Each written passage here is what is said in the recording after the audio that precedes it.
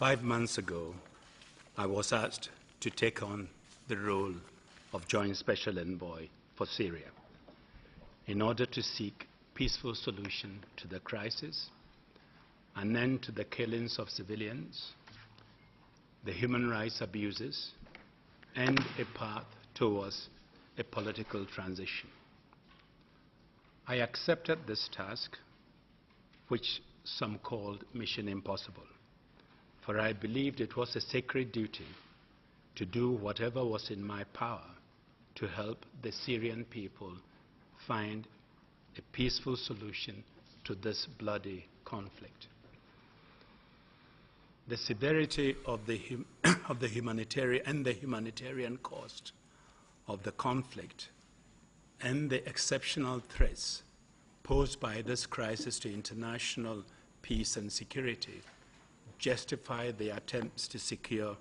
a peaceful transition to a political settlement, however daunting the challenge. The increasing militarization on the ground and the clear lack of unity in the Security Council have fundamentally changed the circumstances for the effective exercise of my role.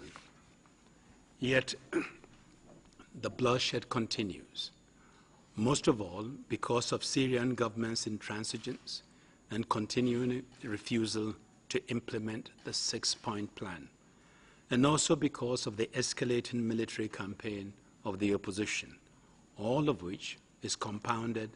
by the disunity of the international community. At a time when the Syrian people desperately need action, there continues to be finger-pointing and name-calling in the Security Council. The Geneva communique, endorsed by the Action Group for Syria on 30 June, provided an international agreement on a framework for political transition. This should have been automatically endorsed by the Security Council and something the international community should have built on. Without serious, purposeful, and united international pressure, including from the powers of the region, it is impossible for me or anyone to compel the Syrian government in the first place, and also the opposition, to take the steps necessary to begin a political process. I have therefore, actually before I say this, let me say you have to understand, as an envoy, I can't want peace more than the protagonist, more than the Security Council or the international community for that matter. I have therefore informed the Secretary General of the UN and the Secretary General of the Arab League today that I do not intend to continue my mission when my mandate expires at the end of August. My central concern from the start, and I think I mentioned it to you,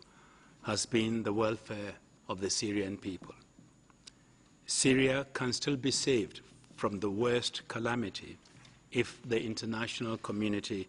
can show the courage and leadership necessary to compromise on their partial interest for the sake of the Syrian people, for the men, women, and children who have already suffered far too much. I would like to extend my appreciation and gratitude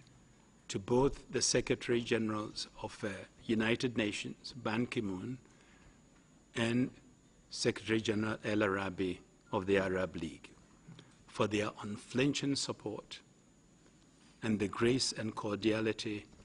that they extended to me, having given me the opportunity to serve the cause of peace once again.